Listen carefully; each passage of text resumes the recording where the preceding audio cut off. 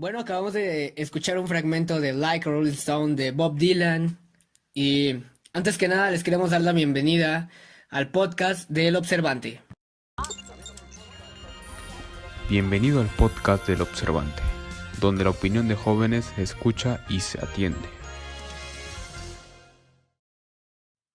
¿Qué es un movimiento social? Un movimiento social es un movimiento que busca el cambio en la sociedad y la resolución de cierta problemática, como lo son el movimiento de los obreros, el ferrocarrilero, el de los maestros o el de los doctores.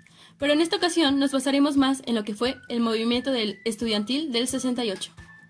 Pero para esto es importante saber ¿qué es un estudiante?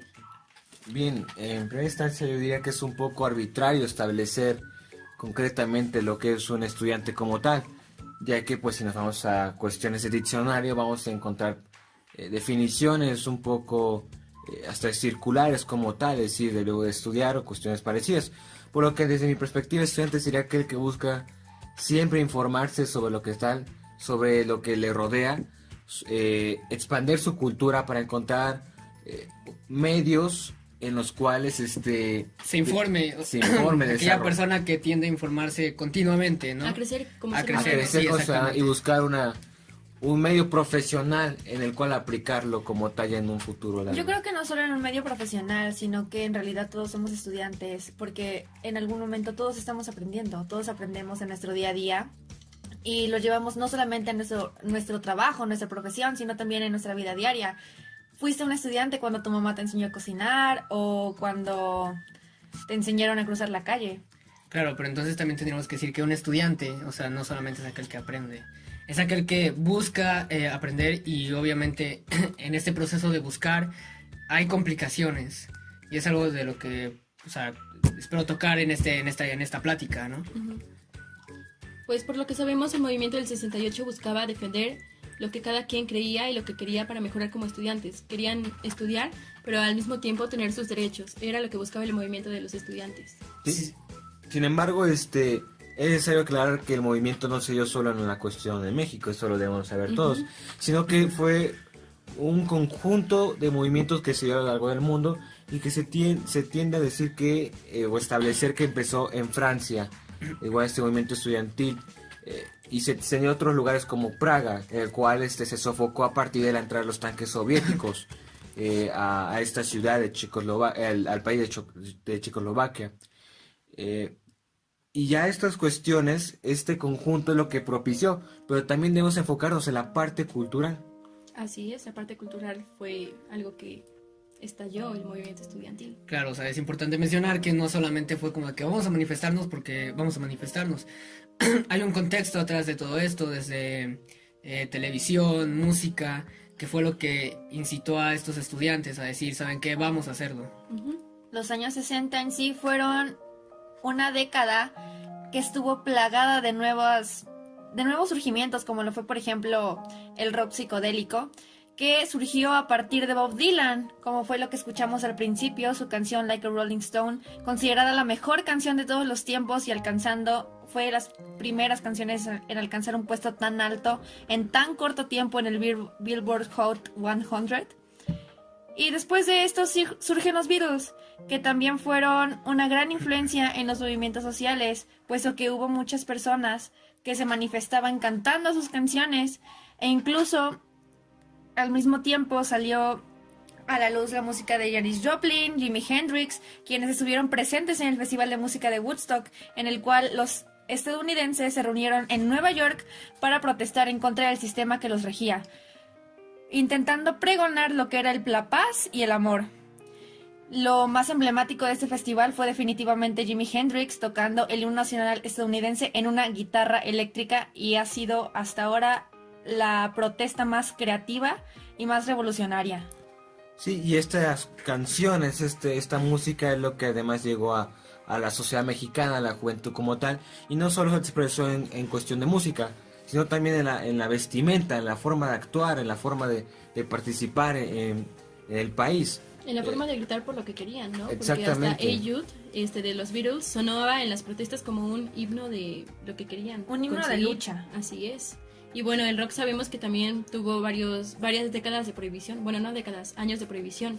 el rock estuvo prohibido y bueno, esa música era la que se escuchaba más en las protestas. Sí, el rock, unas cosas que propiciaba era, como se había dicho, la paz, porque se estaba dando, recordemos, la guerra de Vietnam principalmente, y también esta guerra de Vietnam y la Revolución Cubana propiciaron a que se dieran los movimientos sociales, un sentimiento de cambio social y de detener esa etapa de la posguerra, y se estaba dando el momento de la Guerra Fría. Bien, sí, en esto en cuanto del rock, yo me considero, la verdad, un fan de este tipo de música, principalmente como los Doors, los Rolling Stones, ¿no? Y esto sirvió a que los jóvenes tuvieran un modelo de rebeldía, de quitar toda la cuestión conservadora, todo lo tradicional, y así abrirse a nuevos panoramas como la paz y las rebeliones. Sí, bueno, tocamos ya música en inglés. Yo les voy a comentar algo que me llamó mucho la atención en cuanto a música hispana, y es que durante las marchas y movilizaciones, Ismael Colmeras Maguregui formó el grupo llamado Los Nacos. Con K, por favor. Sí, en efecto. Y una de las baladas que escribe se llama la balada del Granadero, que a continuación escucharán un fragmento. Papá, ayer cuando estudiaba, le pregunté a un hombre que golpeaba, ¿quién es usted? Me dijo un granadero. Papá, ¿qué cosa es ser granadero? Ay, ay, ay, ay. Granadero es un hombre analfabestia que va golpeando a todo el estudiante sin esperanza de amor a un semejante. Papá, qué malo es ser granadero. Ay, ay. Bueno, como ya escucharon, es una balada que hace parodia, que es una parodia de esta canción infantil llamada El Vagabundo, de José Guardiola. Es increíble, es impactante lo que podemos escuchar en esta balada, o sea, porque nos hace hincapié en esto de qué es un granadero. Escuchamos esta versión para niños preguntando qué era un granadero y por qué. Muy fuerte. Sí, pero yo siento que esta canción quería como que interesar a todo público en esto de la rebelión, ¿no? Que no solo se basara en adultos, sino que los niños también se enteraran y supieran que pueden luchar por sus derechos y por lo que quieren lograr. Sí, como que a las futuras generaciones fundamentarles, ¿no? Uh-huh. Este tipo de ideas. Ya más allá de la música también encontramos en la literatura, por ejemplo, literatura de onda en México, de onda, este término viene de Margot Glantz, que de hecho lo hizo en una forma despectiva a los jóvenes que escribían en esta forma, y esta forma se refiere, la cual empezó con José Agustín, hay que decirlo, en su novela La tumba, empezó con una ruptura con la literatura tradicional a través de un lenguaje más abierto y franco, por lo que sí, se utilizan picardías, eso es un hecho como tal este tipo de literatura, donde se tiene un rechazo a la sociedad, a la forma de comportarse desde entonces, y al régimen, por supuesto, al partido de Estado desde entonces del PRI. Y también encontramos, por ejemplo, en el cine como, bueno, el ejemplo más claro, Rebelde sin causa, Uh-huh. la película estadounidense protagonizada por James Dean. La cual no vi. Yo tampoco. Continúa. Bueno, realmente véanla porque es una película muy interesante en la cual Recomendación del día. el joven se muestra, pues como dice el nombre, rebelde, se muestra aparte de esa sociedad en la cual está establecido como políticamente correcto. Sí, bueno, en estos años de 60, 68, 70, salen caricaturas, salen series televisivas como lo es Scooby-Doo y Don Gato y su pandilla, ¿no? Es muy importante que, bueno, una teoría que tengo yo en cuanto a Scooby-Doo es que habla de este tema de jóvenes que resultan ser aquellos que investigan casos de terror en donde el malo no resulta ser un espectro, resulta ser el mismo hombre, ¿no?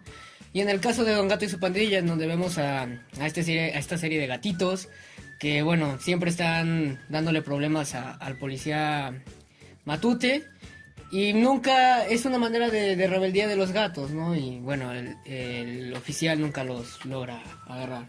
Ujú, y podemos destacar que en estos años lo que más se daba era la rebelión y hacerlo algo normal, ¿no? Que el hecho de salir a las calles y gritar lo que quieres era algo por lo que tienes que pelear, tu derecho, tu necesidad. Y rebeldía, este sentimiento fue alimentado por lo que está sucediendo en el mundo, como la Revolución Cubana, el ejemplo más claro, porque aunque a mí me acusan luego de ser muy de izquierda, y me llamen de diferentes formas, Sí, por pero este, no te acusamos. por este pensamiento, la verdad el movimiento fue alimentado por ideas de izquierda, por ideas socialistas, comunistas, que se estaban dando en la Revolución Cubana y en la guerra de Vietnam. Sí, o sea, este movimiento era a través de toda América Latina. América Latina estaba sufriendo un cambio de liberación nacional. Y bueno, luego el Che Guevara, que muere en 1967, creo que fue como otro boom que potenció estos Sí, movimientos. muy lamentable la situación de Che Guevara, un total revolucionario de Cuba. Bueno, nació en Argentina, pero se destacó su participación en Cuba junto a Fidel Castro, aunque a Castro nunca lo lograron matar. Sí. Y bueno, regresando a lo que es el movimiento del 68, cabe recalcar que los estudiantes tenían unas ciertas peticiones.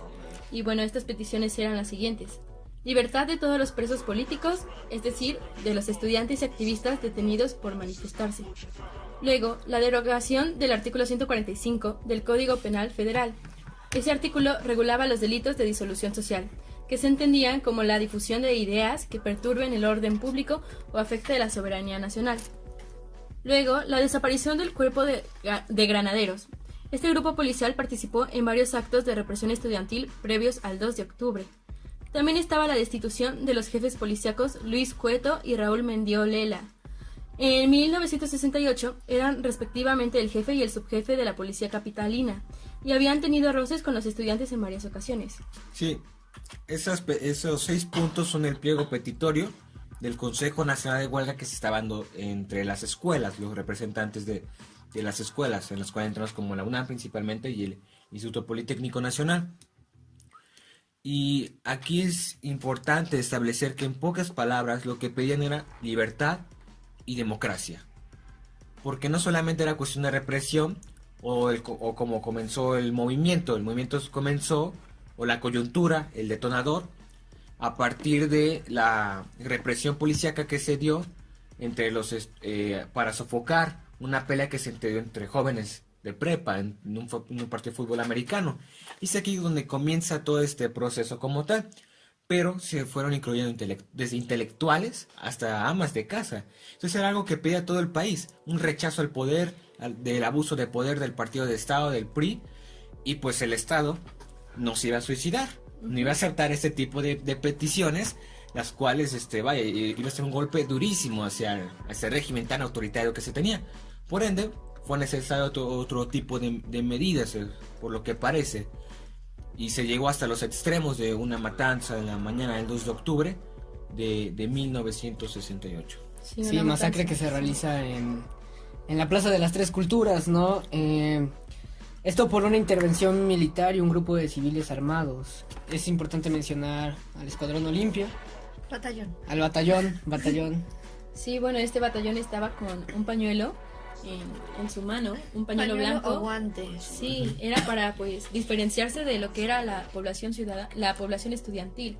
Y eran, pues se podría decir que la misma ciudadanía contratada, se podría decir. Bueno, es un poco ¿cómo decirlo? Un poco difícil establecer Bueno, quiénes eran como tal, ¿no? Sí. Sin embargo, lo importante establecer es que estas personas se infiltraron como civiles, se vistieron como civiles, y en esa mañana es cuando pasa el helicóptero y lanza la bengala, en un sentido de que ahora empecemos. O sea, podemos decir que la bengala fue la señal para iniciar la matanza. Y lo que dio lugar fue a que estos personajes del Batallón Olimpia dispararon contra miembros del ejército, por lo que estos contraatacaron, y como yo pretendo decir que en su confusión de verlos como civiles, pues dispararon parejo, y no solamente atacaron a los que estaban disparando, sino a global.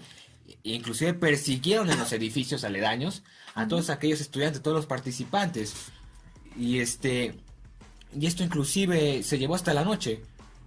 El gobierno dio algunas cantidades de muertes que se dan. Al principio se dijeron 20 solamente, y unos cuantos heridos. Sin embargo, se tienen testimonios muy importantes sobre la cantidad de asesinatos que se cometieron en este sitio. Sí, bueno, es importante recalcar que pues esto de la masacre fue una respuesta del gobierno del presidente Gustavo Díaz Ordaz para terminar de golpe este movimiento estudiantil antes de la apertura de los Juegos Olímpicos, ¿no? Los Juegos Olímpicos del 68, lo cual también se puede decir que se ejerció presión sobre las autoridades. Sí, pues eran 10 días después. 10 días después de las Olimpiadas, la atención internacional estaba en México, la prensa no podían permitir que se quitara el desprestigio del régimen. Y aquí lo interesante es también la reacción que tuvo el gobierno después de lo sucedido el 2 de octubre. Gustavo Díaz Ordaz se declaró responsable de los actos. Pero antes de tocar este tema, me gustaría hacer mención de que, pues, durante los Juegos Olímpicos hay protestas. Dos atletas negros estadounidenses, cuando suben al podio a recibir sus respectivas medallas, las reciben con los puños cerrados en alto. Esto en forma de protesta en contra de la desigualdad racial en su país. Y después la protesta silenciosa de los atletas Tommy Smith y John Carlo.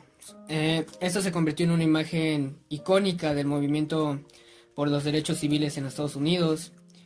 Peter Norman, un tercer atleta de nacionalidad australiana, se mantuvo en silencio mostrando una solidaridad portando la insignia del proyecto olímpico por los derechos humanos en su chamarra.